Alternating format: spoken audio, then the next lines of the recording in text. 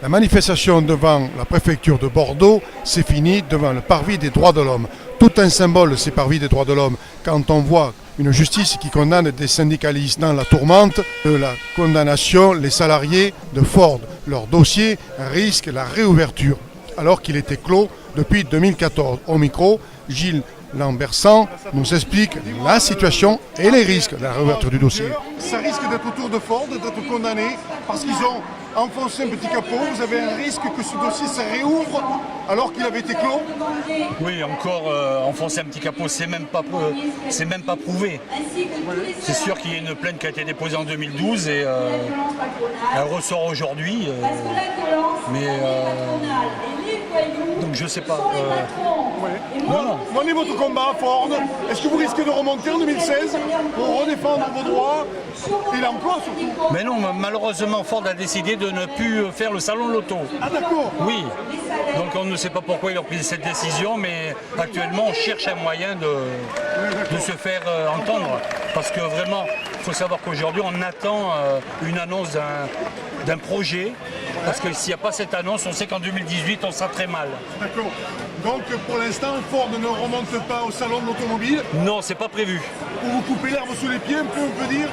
Non, mais en fait c'est quand même gros. Ford. Oui. Est-ce qu'on aurait les moyens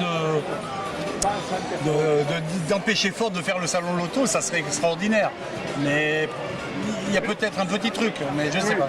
Donc vous êtes attentif de voir s'ils vont le faire ou pas pour monter à Paris? Ça c'est sûr qu'ils ne le font pas. D'accord. Mais après, est-ce que c'est à cause de nous, parce qu'on y est monté 4 fois déjà? Oui. Mais ça on ne sait pas.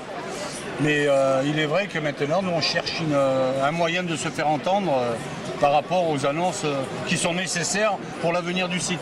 Oui, et on peut dire que cette gauche qu'on attendait, un espoir, on est complètement déçus de voir qu'aujourd'hui, des syndicalistes, même la droite n'avait jamais mis des Ah non, mais c'est sûr. au tribunal. Bien sûr, non, on ne sait pas ce qui se passe vraiment, mais c'est incroyable, hein, cette course aux syndicats, cette course aux syndiqués, pour nous faire baisser la tête, c'est un problème.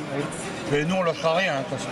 Donc on peut dire que le gouvernement soutient le patronat. Mais oui, bien sûr. Mais bien sûr, oui. Quand M. Gattaz demande ou quelque chose, il est vraiment écouté. Quand la CGT, lui, par contre, demande autre chose, on n'est pas écouté du tout, non. Donc ce gouvernement qui a donné 40 milliards au patronat, il en met en plus, il leur donne en plus en cadeau Il veut faire baisser la tête aux syndicats, oui, qui souhaiteraient plutôt, ceux qui relèvent la tête, ils souhaitent leur faire baisser la tête. Oui.